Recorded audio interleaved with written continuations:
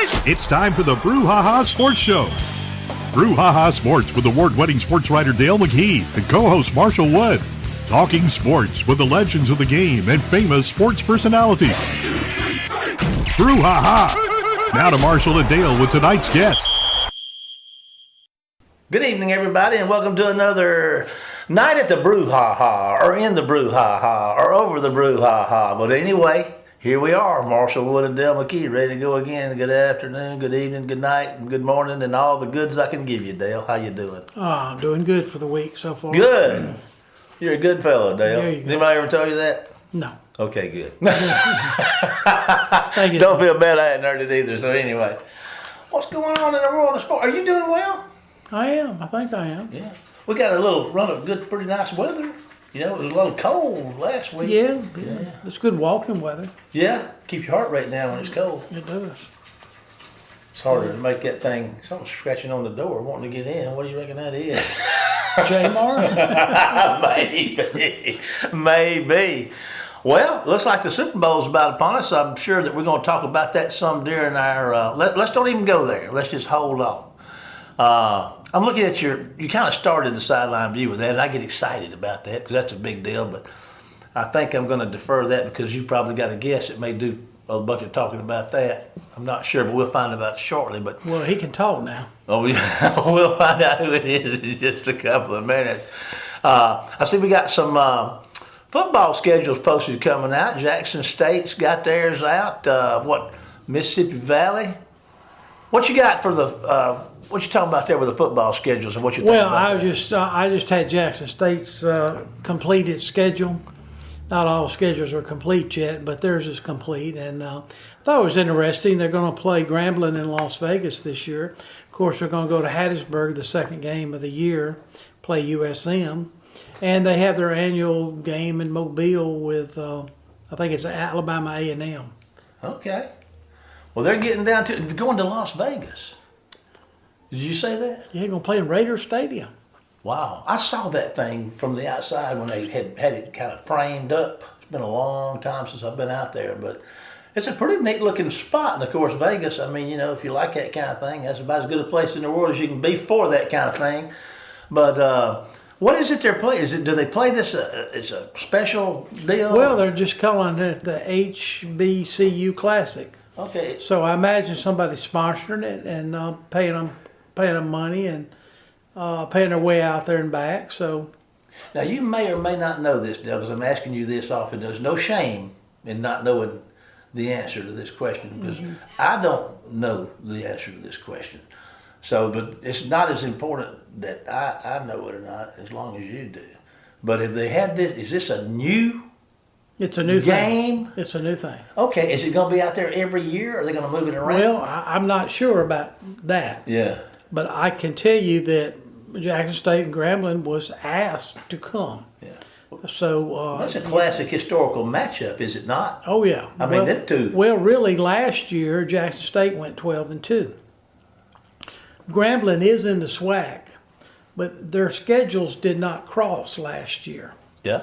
And what I meant by that is Jackson State's in the east and Grambling's, I guess, in the west. And Okay. so I think Alcorn's in the west with Grambling and them. So they have their own little division standings. So, but anyway, Jackson State played Grambling as a non-conference game, and Grambling beat them. And still, Jackson State went on and won the SWAC, won the tournament, and won the Celebration Bowl. And that just registered what you said. It wasn't a conference game. How would? I guess they had their conference schedule full. They were looking for a good ticket, a good gate, so they signed up. And I think they played each other just about every year forever.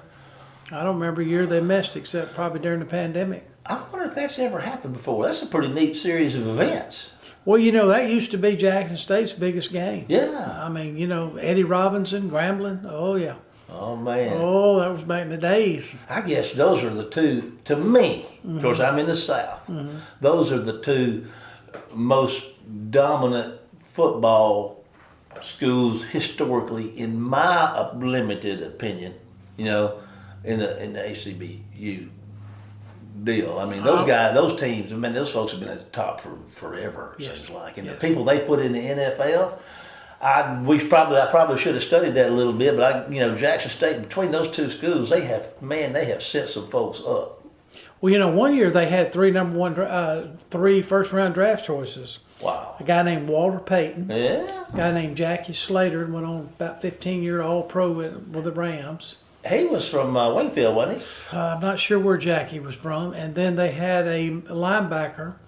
Robert Brazile. Robert Brazile. He was actually from Mobile, but he ended up being All-Pro with the Houston Oilers. He was a good number 52. I remember him. Mm-hmm. He'd light you up. Light you up. Pro football, a lot of stuff going on. We're staring down the barrel of the Super Bowl. Have you got a guest for us tonight? I do. Mr. John Fourcade. He's a former New Orleans Saint quarterback. He's also former Ole Miss Rebel quarterback. We've had him before, and he's a fireball. Yes, sir. And I'm excited about this one. So let's take a break here from our sponsor, and we'll be back with tonight's guest, John Fourcade, right after this commercial break. Phillips Building Supply in Laurel, your hometown building supply store since 1954. We are locally owned and pride ourselves on helping our customers find exactly what they need. From foundations to roofs to doors and windows, Phillips has it. For tools, hardware, lumber, and plywood, visit Phillips Building Supply. Welcome to the show, John Fourcade. Glad to have you on the show again, John. Oh, man, I'm thrilled to be here with you guys. Oh, man. Well, listen, we're going to talk about the Super Bowl to start with. Everybody else is talking about it, it seems like, this week. They go from the referees to Taylor Swift, and I don't even know why the Chiefs belong there the way everybody talks about them. They're going to do something that's probably, in the 60s, Green Bay was awesome, and the Chiefs are, they don't seem like they have as much talent as the Eagles. Explain that to me. How the Chiefs are so good. Well, the thing is, you never win championships by being on paper. And what I mean by that is you can have a lot of talented number one draft picks and all pros on one squad, and then you got another squad that might be, just good ball players, and they get the job done. So I look at it like this. You got two teams that are in the Super Bowl. One of them might be all talented, this, that, the other. But where they lacking is that quarterback. And when you got a guy named Patrick Mahomes back there, anything can happen for your team at any moment. And they got a tight end in Travis Kelce. They got, in my eyes, one of the top 5 defenses in all of football. I know they talk about Philadelphia's great defenses, but when it comes down to it, the Philadelphia Eagles, in my eyes, all they have is maybe a slightly better defense, which I'm not sure about that, and maybe have a running back. Other than that, it's all Kansas City Chiefs. Well, John, just watching, you mentioned the tight end, Travis. It just seemed like he, when they opened the playoffs against the Texans, they were going to him quite often in that ball game. But then when the Bills, when they played the Bills, he's kind of, I don't say he's an afterthought. I'm sure the Bills knew where he was, but it just seemed that it opened it up for some of the other players. But it just seems like, and I'd like your opinion on it. They seem to have a different guy every week. Is this going to be Hollywood Brown's week, or whose week is it going to be? Hopkins' week? I'm just not sure. Right. Well, the thing with the Kansas City Chiefs is they have so many wide receivers that can step up. Look, you only got one football, and you only get to one guy. If you're not handing it off to a running back and you're going to throw the football, now you're opening up 5 different receivers at one time out in the field. But they all know their roles.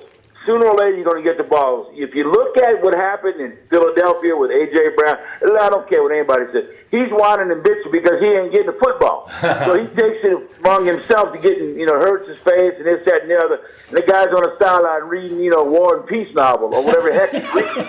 Whereas you look at the guys at Kansas City, hey, you catch 3 balls in this one game, you did your job for you because the ball was thrown to you. Now, if they throw the ball to you 8 times, you catch 1 pass, something might be wrong. But the way the Kansas City Chiefs work is they don't care who gets the football. They know Patrick Mahomes is going to spread it around. Now, another thing with the Kansas City Chiefs is that They want to just win the football game. Look, last week was the first time, a week and a half ago, the first time that where they had over 30 points in a football game all year. Wow. And they lose what? I don't count the last game of the season as a loss because they didn't play anybody. Basically had one loss this season. They could have easily had one loss after the last game against the Broncos, but they rested players. They understand the game. The game is to win Super Bowls. They rested their players. They're spreading the ball around. They got their running backs back. Their O-line is pretty solid. So offensively, the Kansas City Chiefs can hang in there with anybody. Granted, they didn't score over 30 points all year until last week against Buffalo, but you played against a good team in Buffalo, and you had to go all out to win it, and they ended up winning it and went scoring 32 points. So, listen, the Kansas City Chiefs are just fine on the offensive side of football. What about the what about the running back for the Eagles, Barkley? I mean, he's had a super year. Do you think that they? I know they have a chance, or they wouldn't be there. But Right. But have you? Barkley just seems like he's. Would he be considered the MVP in your opinion? Well, he should be up there considered because he was going to be about the. Well, let me backtrack this. He was going to be the guy that could have probably broke the rushing yard record, but you got to add that extra game in there. Let's be honest. You got to put an asterisk behind it if he would have. But they knew doggone well they're playing for Super Bowls. Like I made a comment earlier, you play for Super Bowl. You know, if you're playing for records like what's the guy Cam Newton does, he rather have MVP instead of winning the Super Bowl. Yeah. This guy here said, "Listen, that's great. I could have broke the record, but I got a chance to get my first Super Bowl." They arrested him. He is what brings the table to the table with the Eagles is Barkley. Without him, they can't set the table. They can't do anything. They had no running game over the last few years. They depended on other guys when they got to the Super Bowl 2 years ago. You know, Hurts doesn't scare me. He's going to get his little run around, do his little thing. He don't throw the ball quite as near as what Mahomes does. It's all about Barkley and that defense. The defense plays well and Barkley plays well. They got every opportunity to win this Super Bowl, and that's the key to this game. Stop Barkley, and I think the Eagles don't win. And then on the flip side of it, the defense can stop Mahomes. The Eagles got a great chance to win. Remember, they played 2 years ago, and Mahomes had to come back. They were down at 10 at the halftime. He had to come back in the second half, and they put a whooping on him in the second half. And granted, it could have been a controversial call. In essence, it was. He yanked the guy's jersey, kept him from impeding him to get to the football. That's the rules of the game when you call him pass interference or holding, whatever it may be. That's what it was called. But yes, the two best teams I really believe are in the Super Bowl right now. Everybody wanted to say the Detroit Lions. Detroit didn't show me anything all year long. They beat up on easy teams. Yeah, they outscored people. Their defense got spanked all year long. I don't want to hear about, they had 17, 18 guys hurt. Well, they don't win that many games with having injuries to the squad. So these are the best two teams that make it, the Philadelphia Eagles versus the Kansas City Chiefs. Well, I want to ask you a question about the coach at Kansas City. I hear some folks talking about how great he is, Andy Reid. What are your thoughts on Andy Reid? Well, I got good. I like Andy Reid. I think Andy Reid's a player's coach. He understands his players. He puts them in the right situation. The thing about Andy Reid was he knows that when you get to his level in the NFL with the players, you don't teach them. You just prepare them. Okay. All these people talk about, you got to teach these guys. No, when you get out of high school, you teach a little bit in college, and that's the end of it. You get to pro football, there is no such thing as I'm teaching them how to play the game. No, they know how to play the game. You're just preparing them to understand the game, and that's what Andy brings to the table. Players love playing for him.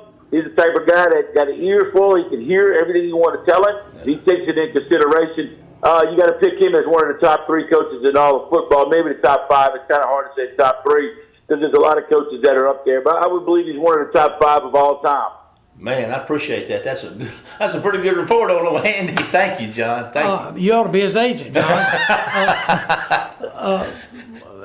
Getting back to you noticed talked about all the injuries that the Lions had. Do you think the way they've done the kickoffs is good for the game? I know it is probably for injuries. You want my honest opinion? Yeah. Yes, sir. It's ridiculous.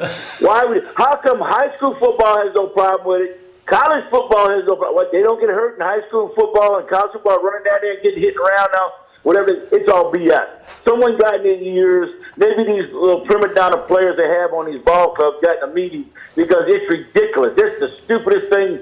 I mean, the Saints would have never won a Super Bowl if they'd have had this back then because they'd had to dictate and tell them up front, "Oh, I'm going to onside kick here." You know, you can't do that. Get rid of that. Get rid of it. You want to really, my point, make the kick off for a 25-yard line, and if you want a fair catch, that's great. But you know what? Kick the football off, run down there. That injury stuff is BS. I don't believe in that. They're not running that. They're not blindsiding anybody. It's just, I think it's not football. It's ridiculous. Well, everybody don't play as hard as you did. That's the problem with this game right now. They got skirts on quarterbacks. They call a personal foul or they call a penalty on every other play that doesn't even look like a penalty.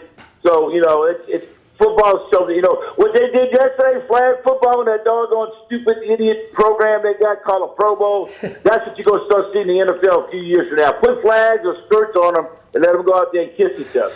I can't say I disagree with you. Well, the NFL is discussing an 18th game, and they've also discussing that they're going to play all over the world. They might even have a team in Europe. What's your thoughts on that?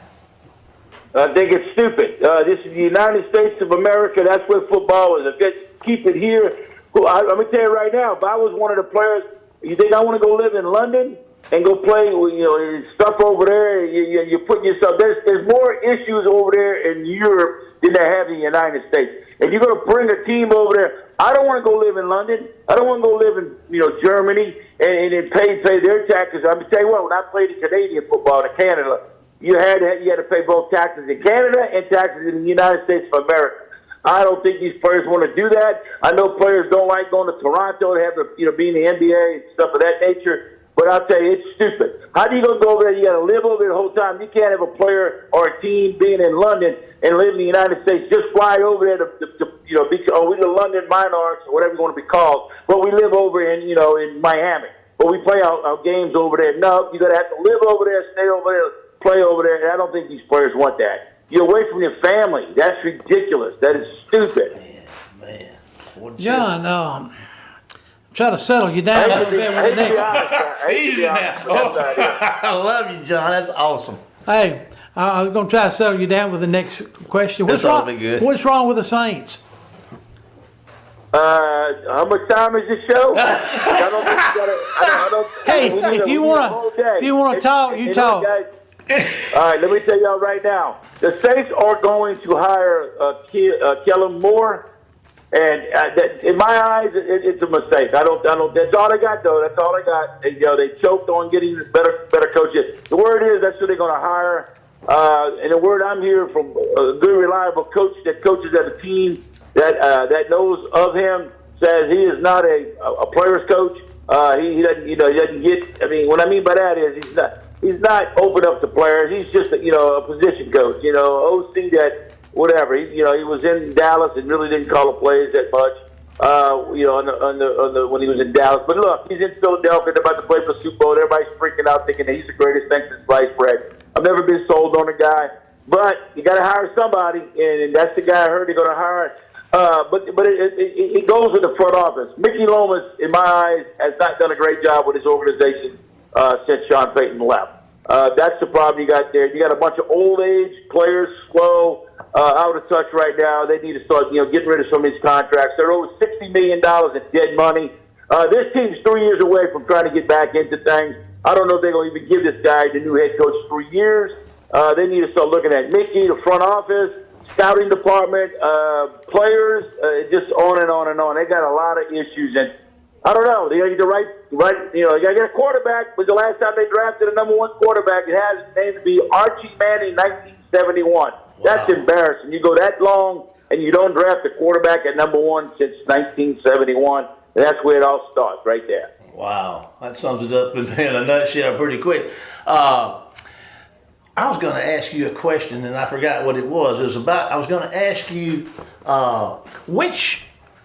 when you look at a coaching staff at the NFL level, of course, you're the head coaches, and you got all kind of assistants. what constitutes in your mind as a player? And man, you were some player. What do you need? What does a player need out of an NFL coach? Well, one thing, if a player is on a football 53-man roster, he goes to work every day. He needs a head coach that's able to control that team. What I mean by that is he can walk around and talk to each 53 players like he knows the guy and everything. I'm not saying be buddies with him and go out and have a drink or play golf with him, but you have to be a player's coach and like an Andy Reid that lets you go ahead and do your job, but you got to have a head coach that knows what he's doing, because then he trickles it down to those assistant coaches. And the assistant coaches need to buy into what the head coach does, because assistant coaches spend more time with the players in those positions.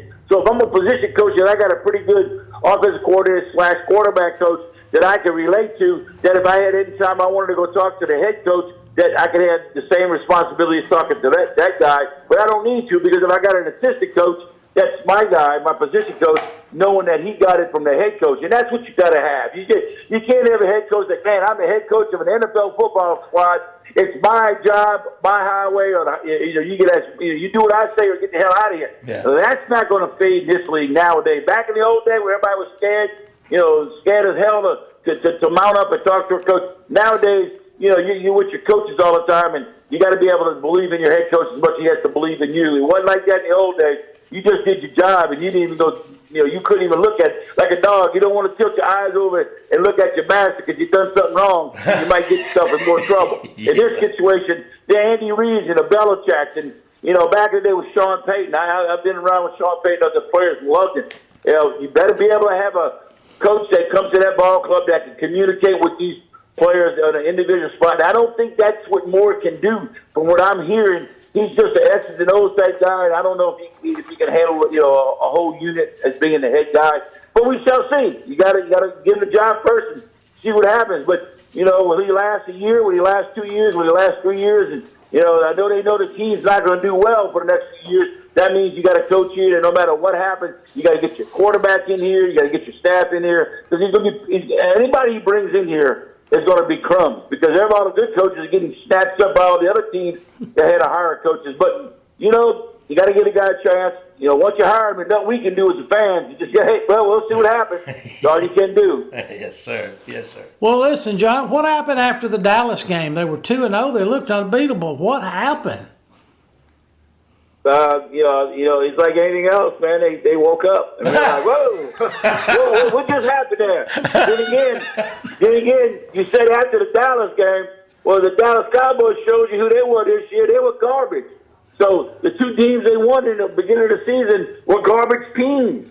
And then they didn't play, that great against anybody else. They had a couple little moments here and there, but this team just fell apart. They were reading their press clippings thinking, oh, we're 2-0. Oh, we're great. We beat the great everything Dallas Cowgirls, and they ended up stinking up the field with that game. They beat the Carolina Panthers beginning of the season.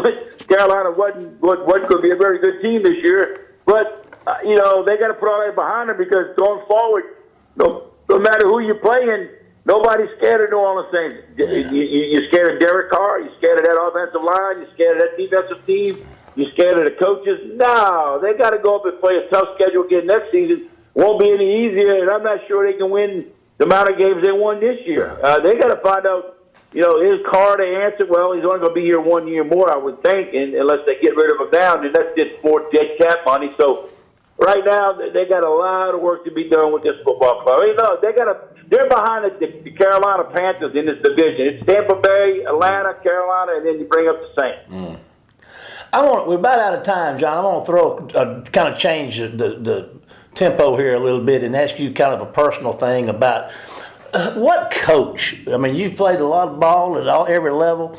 Is there a particular coach that you met along your way that had the biggest impact on you as a person and as a player? Well, you go back to my high school. That's probably as far back as I went to. But I'll say this: the guy that really when I was in the Canadian Football League, and he wasn't my coach. He was the GM for the team up when I was in Winnipeg. Yes. Bill Polian, you know who that is? I went to the Buffalo Bills. Bill Polian was a GM. That's the guy that that I pretty much admire him. I like the way he presented himself and the things he do, that, this, and that. Yeah. But from a coaching standpoint, man, basically all I had was a big name coach I ever played for was Jim Moore, and that was suspect there. He was like that guy I was saying about, that military background guy that didn't socialize with the players. He was just the guy that my way or the highway. And that's the way he presented. He still does it now. He's got a little chip on his shoulder. Yeah. But from a standpoint, I don't really have a coach. Whoever was my head coach back in the time, I respected him, and I went to play football. I didn't play football for my head coach. I played football for those guys in the locker room. That's my teammates. I love it. That's what we're looking for, John. Listen, man, we appreciate you so much. What you mean to sports and being a fan of yours for a long time. It's a real honor to have you on our show. I'm going to ask you to hold on just a minute. Yeah. We're going to take a break to hear from one of our sponsors, and Dale and I'll be back with tonight's final segment right after this commercial break. Phillips Building Supply in Laurel, your hometown building supply store since 1954. We are locally owned and pride ourselves on helping our customers find exactly what they need. From foundations to roofs to doors and windows, Phillips has it. For tools, hardware, lumber, and plywood, visit Phillips Building Supply. Welcome back, everybody. And I tell you what, that John Fourcade, buddy, he's, man, you know what you're going to get with John. You're going to get passion, excitement, man. I mean, he's awesome. I loved watching that guy play. I really did. And when they had the strike season, when he wound up down there in New Orleans, man, he really, they were good during that period of time when they had to play those, all the subs, Yeah. What did they call those guys? I don't know. I guess fill-ins. I guess so. Renegades or something. That was an interesting time. But Fourcade, man, he's awesome.